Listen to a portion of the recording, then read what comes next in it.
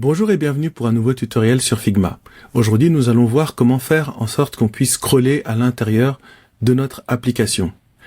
Par défaut, lorsqu'on crée une nouvelle frame, eh bien, vous pouvez choisir votre téléphone. Ici, dans ce cas-ci, nous avons pris le téléphone iPhone 16 Plus. Voilà, ça c'est le téléphone que j'ai décidé de choisir. Évidemment, vous avez peut-être commencé à travailler dans une frame qui avait une autre taille.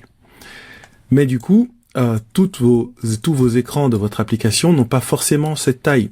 Par exemple, ici, nous allons nous rendre dans l'écran détail et nous allons l'agrandir. Donc, je clique ici sur la frame et je prends l'outil de sélection et je l'agrandis.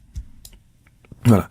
Donc, je prends également le bouton et je le mets en bas. Voilà.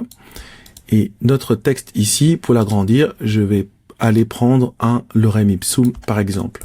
Je le copie, je viens et je colle. J'en ai un peu trop, c'est pas grave. On retourne, voilà, on retire ce texte-là. Et donc, dans Figma, en général, on fait play. Donc, pour voir notre application, on attend que la page se charge. Donc, je me rends directement à l'écran où se trouve mon application et vous pouvez voir que elle est affichée dans son entièreté. Et donc, en termes de présentation, c'est vraiment pas super. Alors, pour arranger cela, eh bien, nous allons aller dans la partie prototype de Figma et là, nous allons choisir un dispositif, donc un appareil. Alors tout à l'heure, je vous l'ai dit, quand j'ai créé mes frames, j'ai décidé de choisir la largeur de l'iPhone 16 Plus, donc 430. Évidemment, ici, il n'y a que la largeur qui compte parce que la hauteur ne compte pas parce qu'on va devoir scroller. Donc peu importe la hauteur, mais l'iPhone 16 Plus a une largeur de 430 et une hauteur de 932. Donc je clique sur l'iPhone et après, je vais pouvoir choisir quel type d'iPhone je veux pour la présentation. Par exemple, si je veux le blanc, le rose, le turquoise. Prenons le turquoise juste pour l'exemple. Si je veux le tenir verticalement, horizontalement, et quelle couleur de fond je veux. Je préfère garder noir dans ce cas-ci. Dans Figma, dès que nous avons mis à jour ces paramètres, on va pouvoir retourner dans l'onglet où notre application est présentée. Là, vous pouvez directement voir que notre téléphone est là.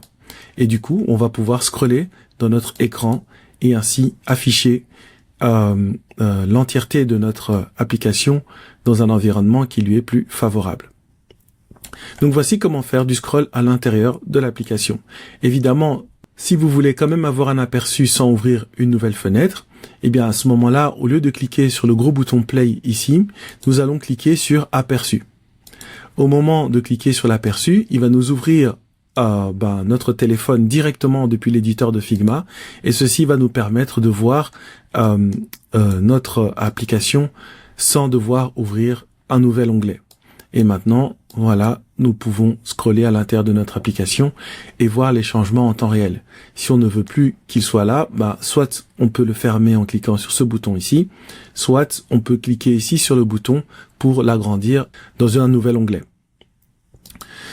Voici ce qui termine notre tutoriel sur comment faire scroller notre frame à l'intérieur d'un téléphone dans Figma.